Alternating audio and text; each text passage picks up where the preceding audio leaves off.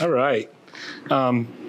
We often, months in advance come up with these topics, and this was one I came up with. I was very excited to do, and then started doing it and be like, wow, which trees am I going to actually pick? Especially which trees am I going to pick that we haven't talked about many, many, many times over. So this is a mix of actual trees that were important to the Arboretum, groups that were kind of important, groups of plants that were kind of important to the Arboretum.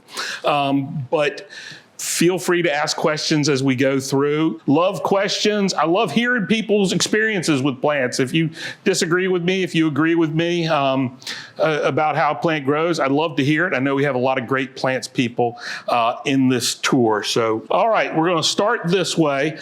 Our first plant is a red bud, Cercis canadensis, Ruby Falls. This was the first red bud, first of our native red buds that the Arboretum released. It was bred by former director Denny Werner, who's emeritus faculty in the horticulture department here. This was always, red buds have been an important part of the Arboretum. JC collected red buds. I remember reading about him collecting, being very excited about a white form of the European Middle Eastern species, Cercis siliquestrum, while he was there. Very excited about that. And the reason we have this, one of the reasons that we have this introduction and all the other redbud introductions at the Arboretum is because JC Raulston and Denny Werner were taking a walk around the Arboretum.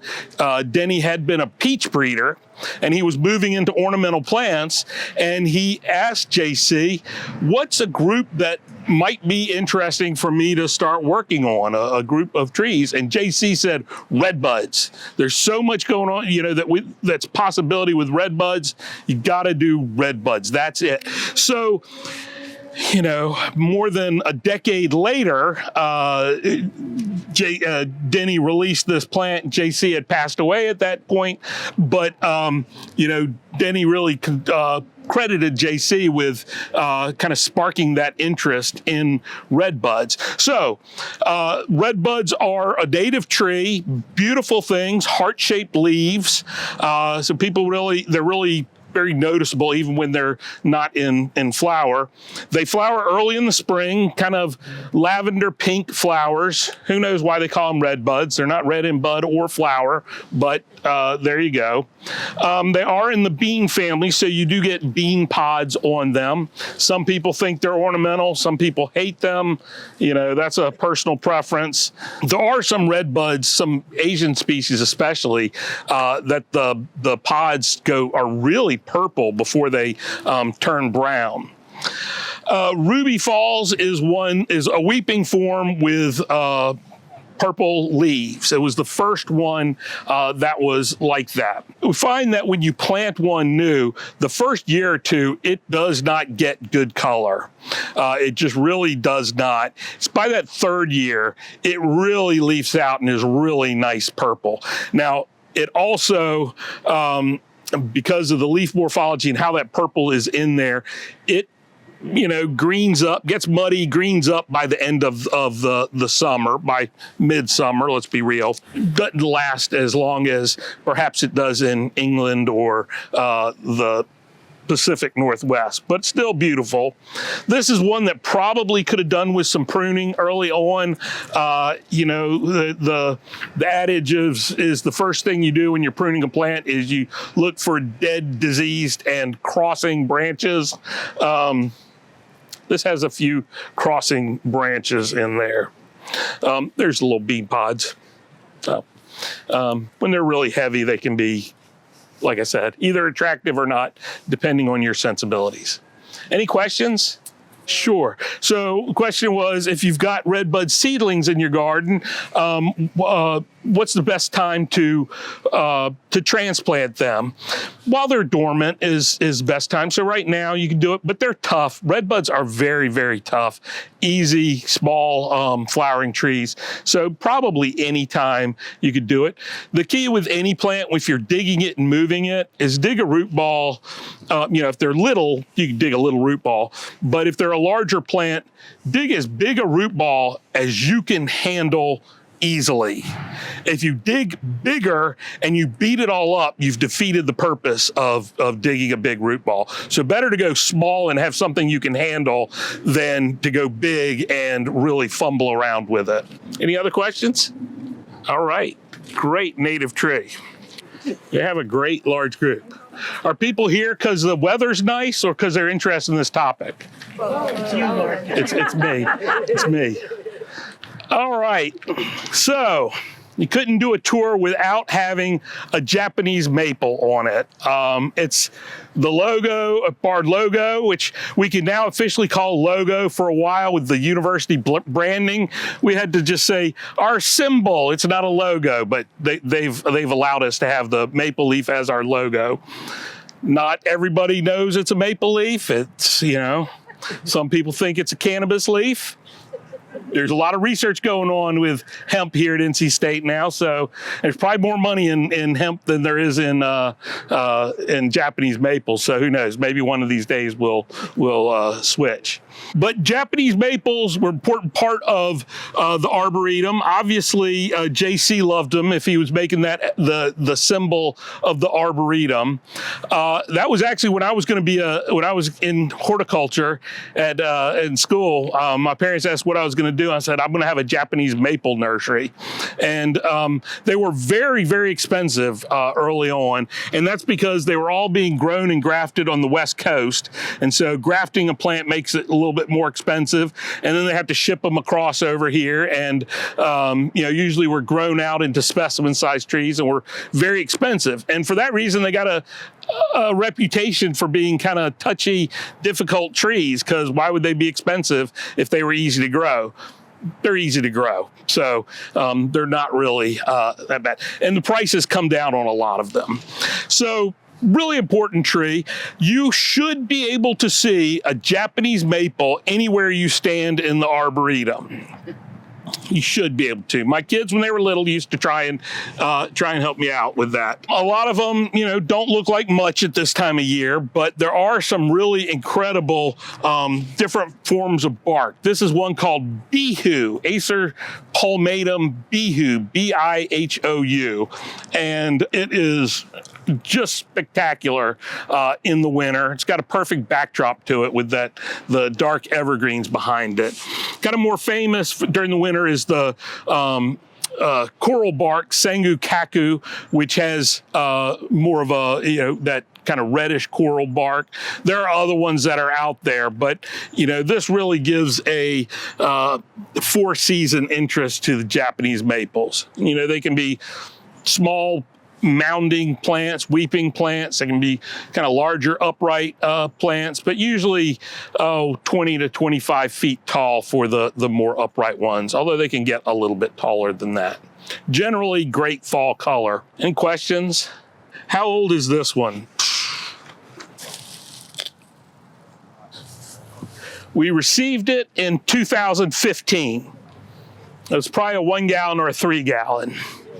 Probably planted not much after that. So not bad.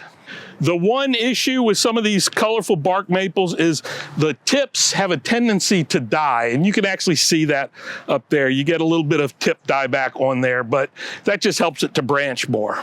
Okay, the question is, does it matter how close it is to other plants? And the answer is yes. If it gets crowded, it doesn't really like that. We have a tendency to crowd plants here because we love them all. We want to plant them all. You know, this is pretty open for us. Japanese maples will grow in sun or shade. Some of them really need some shade. We moved one that was here called Orangiola that just hated being in really bright sun during the summer. It would burn along the edges of the leaf. But ones that are, you tend not to get quite as good fall color and more shade. But if you have high shade, they're fine. But crowding, yeah, they'll grow a little bit wonky if you crowd them that way. You can prune them, keep them smaller if you want. How easy are Japanese maples to move? Actually, so maples in general have a fairly shallow, fibrous root system. So they hold that soil. So generally, they're pretty easy to dig and move. You know, again, same thing applies. You only want a root ball as big as you can manage. I like to dig them out, dig it all out. Don't pry them out. You want to dig them. If you try to lift them and they're still held, you gotta get in there. A long, what I call a sharpshooter, a long shovel that you can really get under there. One of the best things to do, and people are lazy, they don't like to do this, I'm including myself in there. The best thing is really to dig like a moat around your plant, and dig it, you know, pretty relatively wide and go down, and then you can really undercut it well. And then if you do that, if you have two people, you can kind of rock it up on one side after all those roots and put a tarp or a piece of burlap under there, fold it in half, and then you kind of rock it the other way a little bit and pull the bottom half of that tarp, and two people can lift it and move it pretty easily like that. But if you can't, do a small root ball, move it, make sure you keep it watered. But I moved some pretty good sized ones. And I should also mention they're great in containers as well. I had one that was growing in a container for ages, a little weeping one. And I moved it to a hanging basket, and it's doing great in my woodland in a hanging basket. It's a big hanging basket. I had to make it myself. Did you say whether that was green or red leaf? This is a green leaf one, and the stems fade a little bit during the summer. They're not quite as bright, but then once they drop, once it gets cool again, it really pops. Fall color on it. Somebody help me out. I've never noticed. Is it yellow? Yeah. Yellow fall color. If you want a great Jim Putnam video, you can go to Jim and Lynn Swanson's garden and talk about Japanese maples there. So yeah. I never noticed it, but it's a good yellow. Now that I think about it, yeah, it's a nice yellow. You tend to look at those oranges and reds and really love those, but this is a good, clean, solid yellow. All right, we'll move on. We're gonna move this way. All right, give everybody a chance to wander up. All right, I could talk about this plant. This is another red bud. This is a Chinese red bud, but what I'm really talking about is the conifer, the big conifer behind there. That is a leyland cypress. For good or bad, JC really helped popularize leyland cypress in the U.S. It was a plant that was originally found in the UK by the Leylands, who owned a big castle there. So Leyland cypresses are a cross between the Monterey cypress, Cuprocyparis macrocarpa from Northern California, and the Nootka cypress, Cupressus or Cuprocyparis nootkatensis, which is farther up the coast. They're separated by 400 or 500 miles, so they don't cross over in the wild. These were planted at at this estate garden and allowed to grow. And so a seedling came up, and it was obviously a hybrid between the two. And it's got the heat tolerance and cold tolerance. It's the cold tolerance from the Nootka, which grows up into Alaska, but it has the speed of growth of Cuprocyparis macrocarpa. So it became extremely popular as a hedge plant. Became very popular in England before becoming so popular here in the US. And it actually led to, there's at least one murder between neighbors because it grew up and blocked their garden. They put it in as a hedge, and it grows 3 or 4 feet a year, and so it blocked them. There's a law that's passed that was really mainly due to Cuprocyparis macrocarpa that allows for regulation of the size of hedges. So you can complain, and you can somebody from the government can come out and say, yeah, that hedge is too tall. You got to cut it off here to allow light in there. As a result of a 27-year battle between two neighbors for that. Is that here or in England? In England. It's led to some bad blood here where people have gone through and cut them down, their neighbors' leylands down.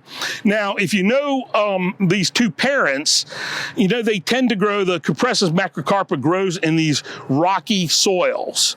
So does the Cuprocyparis, the other parent, grows in these rocky soils.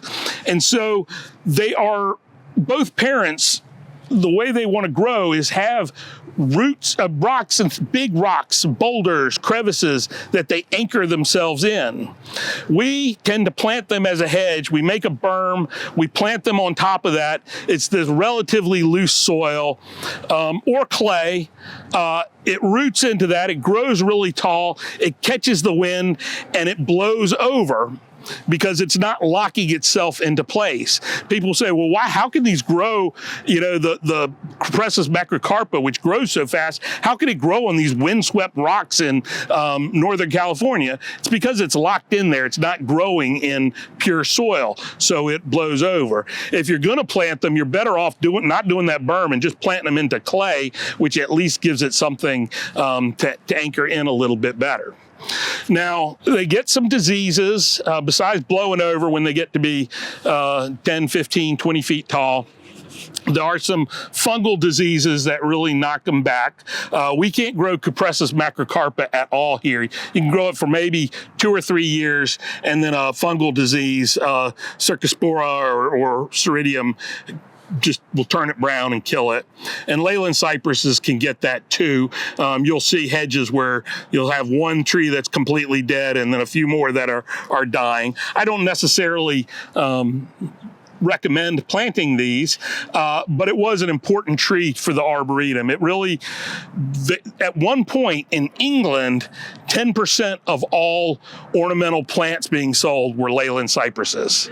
So, you know, and in the US, it was popular like that in large areas. Now, this is only for y'all people who like to know the quirks of botany and taxonomy.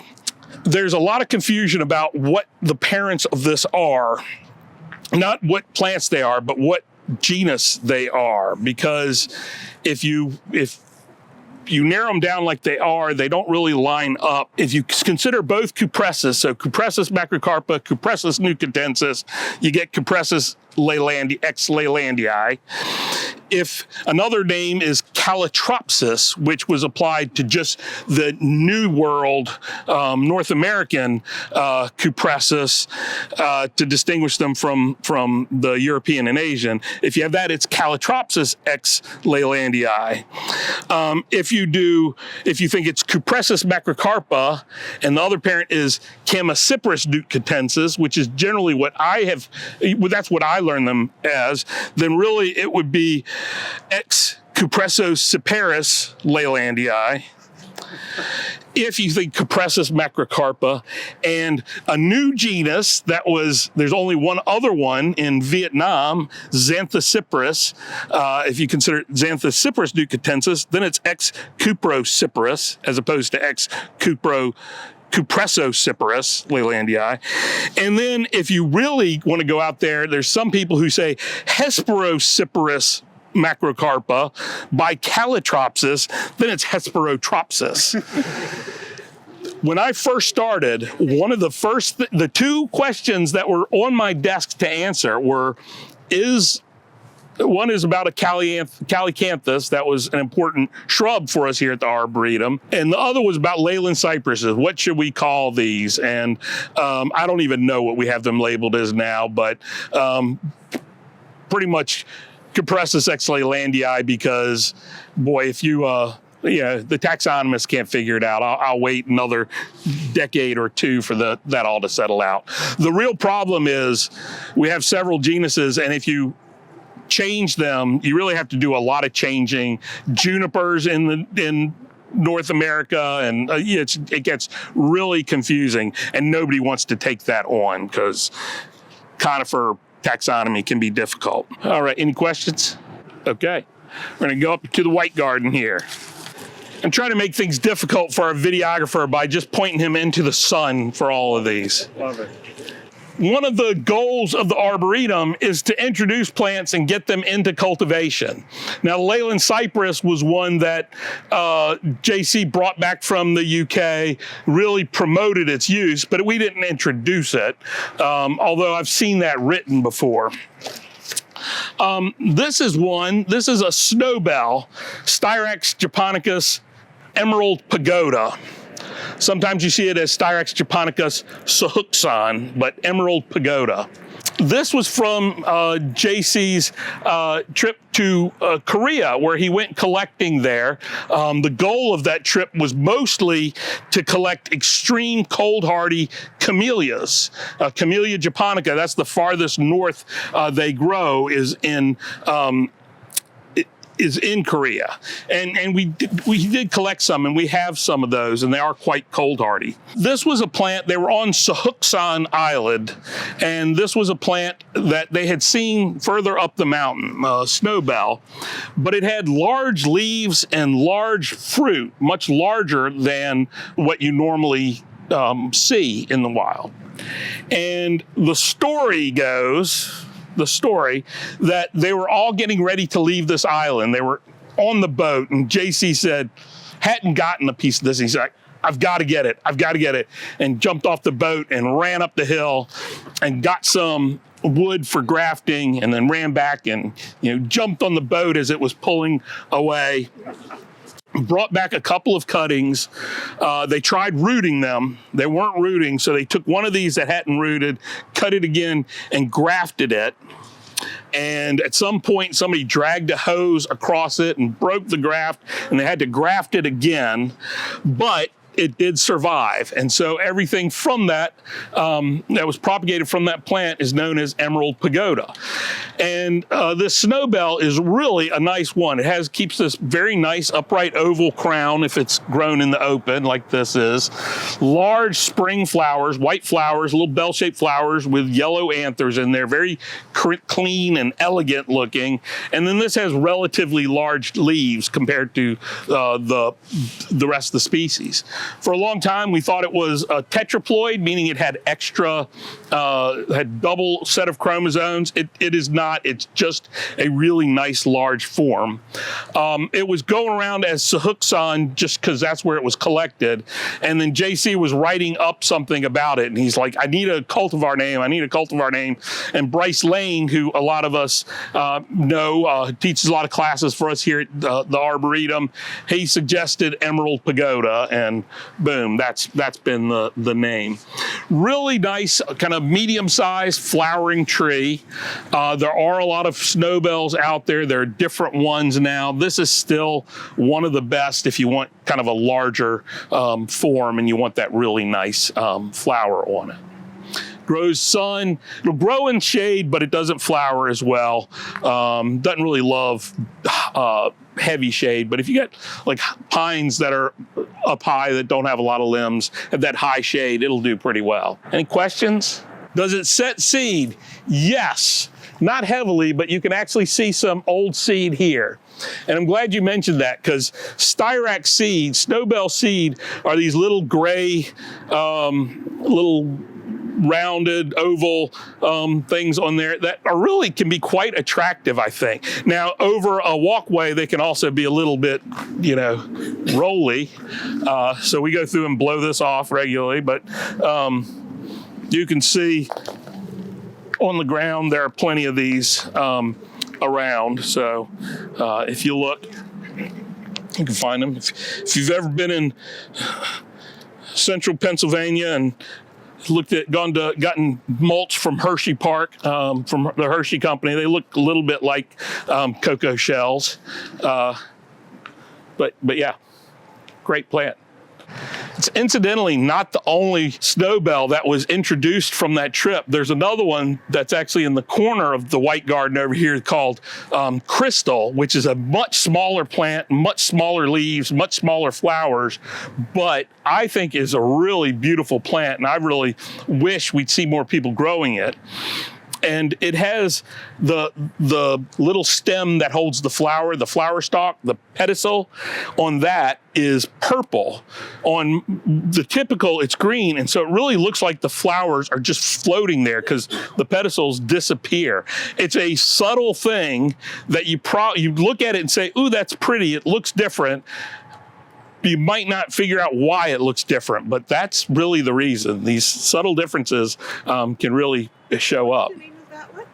Crystal. Crystal. And it's really never made its way into the market at all. But that's one that I always think we need to do some grafting on that one and get some more going because it really is nice. And I'd like one for my garden. Can they be propagated by cuttings?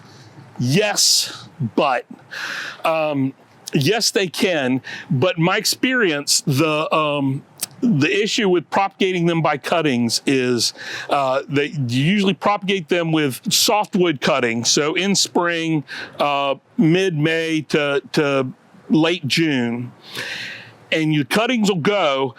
You'll get them rooted, but if you don't get them to push out new growth that first season, they'll overwinter and they'll just never do anything. So you got to get them to push out that, and sometimes that means keeping them in a greenhouse for longer, but it can be difficult. And there's a handful of flowering trees that are like that you can root, but then if you can't get them to push that out, it can be really difficult to keep them going. Other questions? All right. Our next plant is the first magnolia that was planted by JC here. For those who don't have a long history with the Arboretum, the parking lot used to be right on the other side of this arbor, and this was the main entrance into the Arboretum. You came into the White Garden, which was inspired by the White Garden at Sissinghurst. But one of the first plants that was put in here was this magnolia, and it's a old cultivar. It's kind of a typical deciduous magnolia with those big white flowers. If we get a late frost, they all turn brown. It's kind of a lovely shade of brown. You know, if you get a good year, you come out here and the tree's white. It's white all underneath here. It's really, really gorgeous.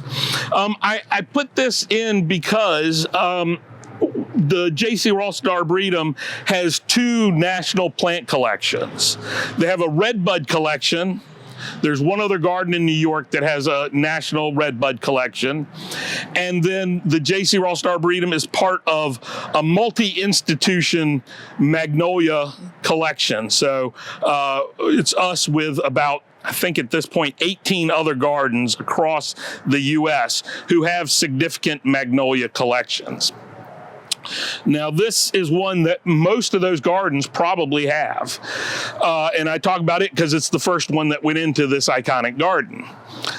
But we've really focused on the evergreen Asian magnolias, of which we're discovering new species almost every year. Last year, spring in Vietnam, we saw either what we think are maybe 5 or 6 new species of magnolias there. But those evergreen Asian magnolias are ones that we can grow that a lot of the other collections are in colder areas. And so we can grow that and expand the collections. When you look at what everybody has on these 18 or 19 institutions, we have a lot that other gardens don't have at all, whereas there's a lot of duplications with the other ones. So we continuing to try those, and we evaluate them. A lot of them won't live here, but a lot of them are really quite nice. How old is it? We don't know. We don't have a good record of that. So the Arboretum was started in 1976. The oldest tree, the first tree that JC's credited with planting, was right outside of this. We've since lost it, but anybody here who's been here for a while have a guess on when this went in? Late 70s? I would think late 70s, but our records aren't always great pre-1986. So when I looked at the other one and told you it was 2015, this one will have an XX instead of that 15. So I'm not certain. All right. we will continue on. All right. Another one of those incredibly ubiquitous plants that often people don't realize JC had a hand in, maybe for good or ill, I'm not sure, is Loropetalum, specifically the purple-leafed Loropetalums. And there's a row of them back here, all different cultivars, all crowded, all in shade. We need to hedge them again. JC, I know he had seen a very long time ago Loropetalum, the giant one, at the Tokyo Botanic Garden, Koishikawa Botanic Garden. Have a picture of him standing under this massive plant. I've been back there and seen that as well. It's really magnificent. But he had seen in Japan a purple leaf one. And he couldn't get it. He didn't know, there was no way to get it, but he lusted after it. He wanted it. He really thought it could be a good landscape plant. He would tell people when they'd go to Japan, be on the lookout for this. And a gentleman, really a bulb expert, Jim Waddick, went to Japan and he brought one back. He brought back a purple leaf Loropetalum. And, even then, JC didn't even realize that it was going to have bright pink flowers and not the white flowers of the green species. But JC actually flew up to Jim Waddick's place, I think Missouri, and so we could hand carry it back. He did not want it to be shipped to him in the mail. He wanted to be certain. And so we think that was the first purple leaf Loropetalum in the country. Now they are ubiquitous. For whatever reason, everybody wants them to be little tiny plants. They actually make beautiful trees with the purple leaf forms hot pink flowers, and they'll flower off and on through the season when they're happy. The purple leaf ones will mostly get green by midsummer, kind of like the purple leaf Ruby Falls redbud, although some of the newer ones do hold color pretty well. There are some that are actually pretty dwarf, but for the most part, if you read a label and it gives a height for these, double it or triple it. They're notorious for being told they'll grow 4 feet tall, and they grow 4 feet tall in 2 years, and then 6 feet and 8 feet and 12 feet, unless you keep pruning them to 4 feet, in which case they stay perfect at 4 feet. And you really can prune and shape and do whatever you want with these things. Otherwise, they tend to be kind of broad spreading shrubs, but really can be beautiful, beautiful things. The straight species with green leaves and white flowers kind of gets forgotten because of the hot pink flowers on this and the purple foliage, but it's actually a very nice plant as well. When did it get brought in? I should have looked that up. We wrote about it not terribly long ago, but I can't remember. I want to say it was the mid 80s maybe. Yeah. So the comment was somebody has a purple leaf one, and right next to it is a green leaf one. The green leaf one is a seedling from it. The purple is a recessive trait. So when you have seedlings grow out, they will almost all be green leaf. Now, if you cross those green leaf, you'll get plenty of purple leaf ones out there. So yeah, it's not surprising that you get that. Will the Loropetalum be a problem in the woods in the future? It will seed some. The birds don't move the seed, so I tend to feel like the plants that the birds don't move the seed have much lower probability of being spread. So I don't think so. It's in the witch hazel family, and it's got a hard, dry capsule as the seed pod. All right. Let's see. It's going to be the easiest way for me to go. We'll go this way. Every year around this time, I get some emails and some calls about somebody wanting to tell me about a cherry tree that is flowering right now. Why is it flowering right now?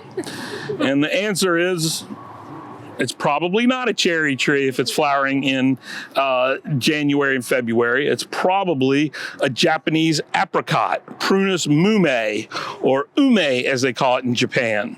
Prunus mume is this incredible Japanese tree that is delightfully fragrant. You can probably smell it. It wafts on the breeze, kind of a clovey, sweet smell. It's one of these plants that's kind of easy to identify, even when it's not in flower, believe it or not. Prunus, generally the deciduous cherries and that kind of prunus generally are pretty easy to identify if you know what you're looking at, if you look at as many plants as me.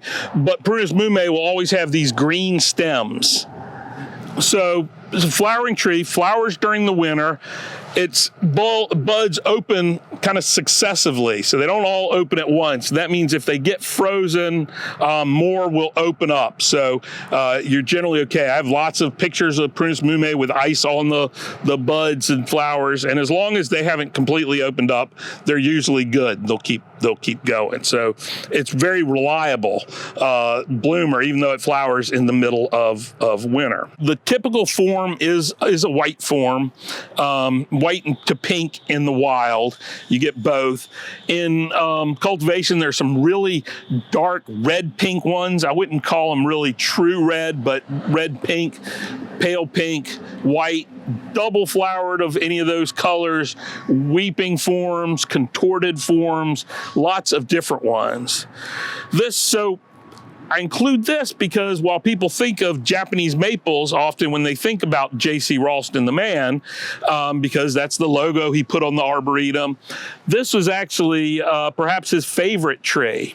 And I have nurserymen have told me about, God, you'd see JC coming and he'd have a whole load of more Japanese apricots to give you. The fruit it forms is like a little nectarine apricot thing. It's the pit with basically the skin on top of it. There's very little flesh on it at all, but it is used. There are culinary ones that have a little bit more flesh, and those are mostly used for pickling and for making some ume wine and things like that. They're not necessarily just eaten fresh. We used to have a big one that was just the species, and we would have people come in and collect the fruit on the ground, and they always did it very surreptitiously, and we were like, please, no, take them all. Take them all. You'll see these around town. It's not a real common plant in most places. You'll see these around town, some in front of Rex Hospital. There's some in front of a Wells Fargo near my house, and most of those are probably because of students of JC who went out and started businesses and would plant these out because he really touted them and really loved them. Now this one in particular has another connection with the Arboretum, and it's something that I think is important to the Arboretum. This is one called Big Joe that was named by a local plants person, Tom Kranitsky. Tom does plant breeding as a very knowledgeable amateur, has beautiful garden. And the Arboretum was really built on volunteers. Many of you on here are volunteers, and plants people like Tom Kranitsky, like Jim Waddick, who brought in the Loropetalum. So, while the plants are important, the reason the plants are out there is because of so many people who supported us for the last 50 years. And the reason we get so much support is because we try to give as much back as we can, whether that's information, knowledge, or plants like Prunus mumes. And when I learned this, I always thought it's beautiful, it flowers, it's fragrant, but really it's a one-season plant, so is it that great a plant? And that lodged in my brain as a young horticulturist, but I've been driving down here along this road into work every day, and this has just been glorious for quite a while. And, I like the garden in winter. It's all nice, but the garden in winter is not always glorious, and this thing is. So, JC might have been right about this one. It's the problem of growing up in the South. I'm jaded when it comes to things like this. So, but great plant. Question is, you wondered if you could make like a tea with the flowers. I don't see why not, but I don't know for sure. I would think you can. Certainly things like that are made from the fruit. I've had tea that's flavored with ume fruit, not the flowers necessarily, but I don't see why not.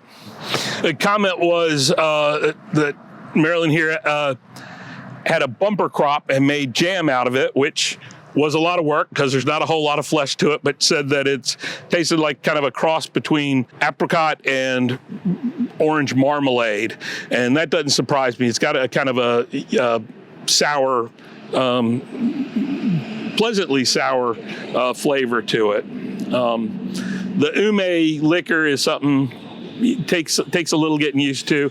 One of the very first videos we did for our midweek programs was all about Prunus mume, a deep dive into Prunus mume. So that should live on our YouTube page if you want to check that out. Does it hold up to winter frosts and freezes? It does. It holds up really well. The wide open flowers will get blasted. They'll drop, but then it's got buds that are coming along behind it. And this is a fairly early one. There are others like around the corner here that are just getting started. There's a lot of them that it's really February before they get going, but generally from late December through early March, you can select them to grow that. And you can get ones that are specifically for fruit production as opposed to flowers. Generally, I'd just as soon have it a double that doesn't fruit at all, because the fruits, I'm not using the fruit and it can be a mess out here.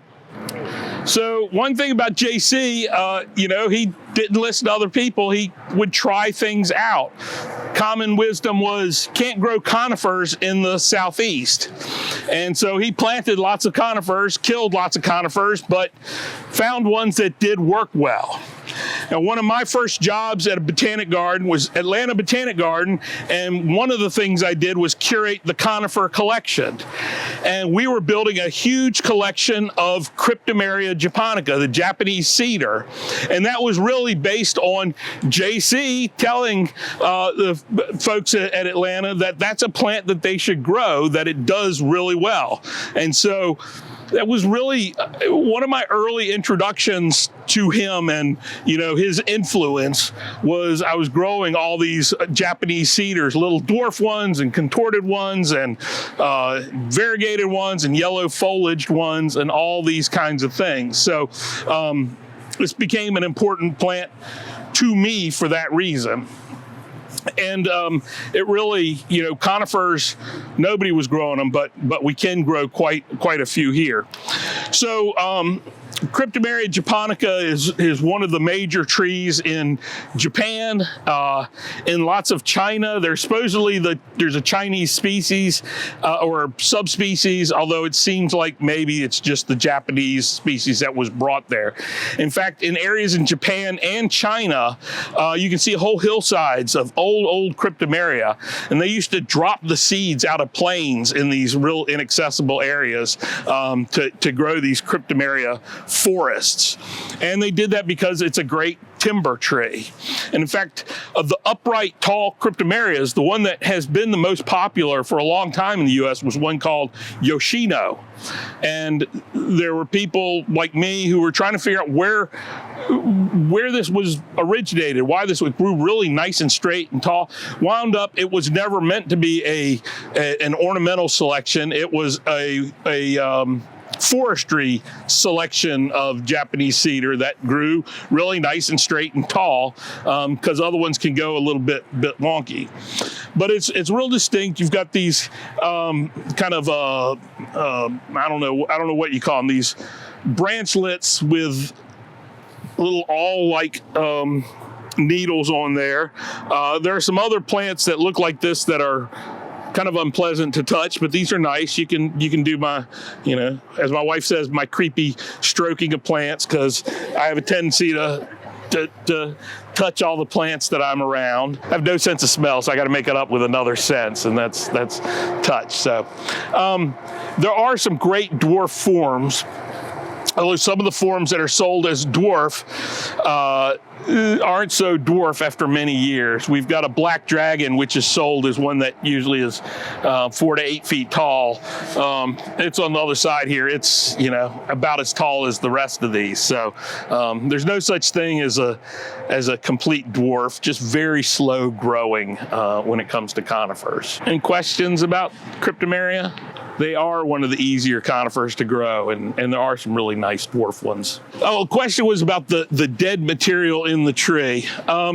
Yeah, so like many conifers, the old material tends to die. So you get, in a pine, you get old leaves in the middle, old needles, but generally they're not that noticeable because they'll turn orangey brown and eventually fall. The way Cryptomeria grows, even though these are individual leaves, all these little awls on here are individual needles, it grows as branchlets, you know, like this or like this, and they all die at the same time. This was all growth from 1 year, and it tends to stay in the plant. You know, they break off really easily, and as a young plant, it'll make the plant look better and it's healthier if you do help it get some of these out. They call it chucking needles. And you know, I'll often stand by plants while I'm talking to somebody in the garden and do that. Some people really hate that in there. Once it gets to be this big, it's hard to do much about it. For younger plants, for sure, it helps. But this is just a normal part of the tree aging. It's just like pine branches falling as they get shaded out by the upper parts of the tree. This is just maybe last year's growth. Last year, 2 years old, 2-year-old growth, probably 2-year-old. Now, I don't know if this particular one I can say has been important to the Arboretum itself, but it does kind of represent something. So this is a maple. Believe it or not, this is a maple. This is one called Acer Fabry, Faber's maple. And it is an evergreen maple, and most of the Asian evergreen maples have these leaves that are not lobed at all, that are just entire leaves. And I picked this because this is something much like the magnolias I mentioned that we really focus on. The important collections-based botanic gardens have tended to be northern ones, and botanic gardens and arboreta, Arnold Arboretum, the Morton Arboretum, places like that where they're really looking at collections more or as much as display. So we can grow, while Arnold Arboretum is never going to be able to grow this evergreen maple because it's gonna get frozen in Boston. Down here in the Southeast, there's a lot of these things that we can grow. Traditionally, the nursery industry, the big industry, the big growers, concentrated on the northern part of the U.S. for plants. If you wanted to introduce a tree, it had to grow in Zone 5, had to grow from Boston, New York, Chicago, across that way, because that's where all the people were that were buying plants. Now, as all the growth of the country is really in the South, and a lot in the Southeast, Huntsville, Atlanta, Raleigh, Charlotte, these plants that are Zone 7, 7B, that are not traditionally as cold hardy, they're starting to say, hey, there's a big market for these plants. And so that's why we're evaluating so many of these things like evergreen maples. JC tried to get people to grow Eucaphus japonica. Great plant. But nobody knows what a Eucaphus is. They don't know how to say it. They don't know how to spell it. Tried to get around that by calling it a sweetheart tree. Never really caught on, even though it's a great plant. So when you take something like a maple and you say, this is a maple, it's a small maple. Doesn't get huge, and it's evergreen. you know, you can capture people a little bit better. In addition, this Acer fabri has the most spectacular flowers. It is beautiful flowers. They have red petals, they have little white stamens, and it's followed by, you know, the little maple fruits, the samaras, the little whirligigs. Those start off bright red and then you know, age to brown. In the nearly 20 years I've worked here, this has had leaves burned a little bit in an extremely cold winter, but for the most part has stayed looking great all winter long. You know, it doesn't get too big. It's, to me, it's a kind of a perfect landscape tree in a lot of ways. And so we're still working at trying to introduce some of these things to the industry to get them, you know, really growing and adding new things to the palette of plants that are great for us. So from that sense, it's an important tree because it represents what we do. Does it benefit from the protection of these other trees? Possibly a little bit, but we've grown young ones of this and out in the open, and it's been really good. Now, this has a range that takes it into really subtropical areas. So this is a really good form. There may be others that are collected, you know, in Vietnam that of this same species that aren't as cold hardy.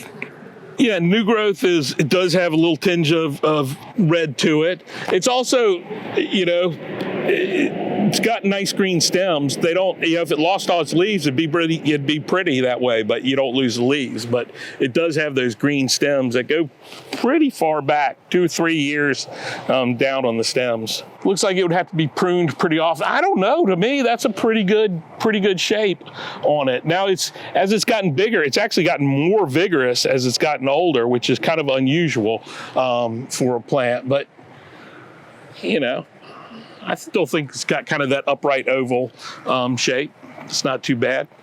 But if you like your plants tidier than me, then you might want to prune it. Yeah, it'll drop most of its leaves in the spring as new growth comes out, but it'll drop some throughout the season, but not enough to be a real mess. Any questions? All right. Told that's 9. We got one more.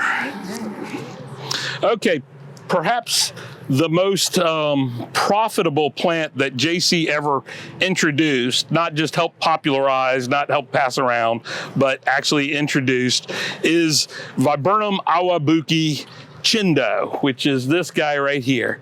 Now, you can call it a shrub, you can call it a tree. Definition between the two are a little bit, you know, there's a tree is usually over 10 feet tall, often single stemmed, while a shrub is usually multi-stemmed and under 10 feet tall. That's over 10 feet, so we're going to call it a tree and not a shrub. Viburnum awabuki chindo is a great evergreen shrub, can get fairly large, great for screening. It's just a really easy, nice plant to grow. Glossy leaves. It is widely grown by the nursery industry still. This was another one that was collected in Korea by JC, and it was collected in a place called Chindo, and it was collected specifically because it was in such heavy fruit. This was an especially heavy fruiting form. Well, it was a heavy fruiting form when it was growing with a bunch of other seedling Viburnum awabuki or Odoratism variety awabuki, depending on your taxonomist. When you take it out and you grow it as a clone, as a single plant, it does not flower, it does not fruit very well. The flowers are not terribly showy for a viburnum, clusters of white flowers. Every once in a while, you'll get a part of the tree, shrub, that will be several branches that'll just be loaded with fruit, but more often than not, you don't get much fruit. If you do get fruit and you grow those out and you plant 3 or 4 of them together, you'll get great fruit on those plants as they get older. So a lot of times we like to, as horticulturists, we like to say, this is the great one, we're going to do this one, but in reality, we'd be better off just growing out seedlings and doing them. Glossy foliage, beautiful plant, You can't beat it. You can't get too upset about the fact that it doesn't always fruit very well because it's such a great plant otherwise, tough as nails. You see it, like my old doctor's office had it hedged, kept it hedged like 4 feet tall, and it just grew fine like that. See it as big hedges in places. Some of the nurseries around here grow great big ones, 15, 25 gallon containers, and then they put them on a truck and they ship them all up to Long Island, where they take them and they line them out in the field and grow them twice as big, and then dig them up and do instant hedges for people up in East Hampton and Southampton. Any questions with it? This is the original. So yeah, it starts off very much upright and much narrower, but yeah, it can get wider with age. I love this thing. It grows in sun, it grows in shade, and the deer don't like it. There you go. If Maryland says it grows sun or shade and the deer don't like it, and Maryland's deers like everything. How old is this? I'm told this is one of the originals, so this would be from the mid-'80s. I don't know if that's true. I'd have to go back and check records. I don't know if it was moved. Again, I'd have to go back and check records, but it's a pretty old one. Well, thank y'all all for being out here for our inaugural 50th anniversary tour. Thank y'all for joining. Love seeing this big group. Come back next month for another great tour that is probably online what it is.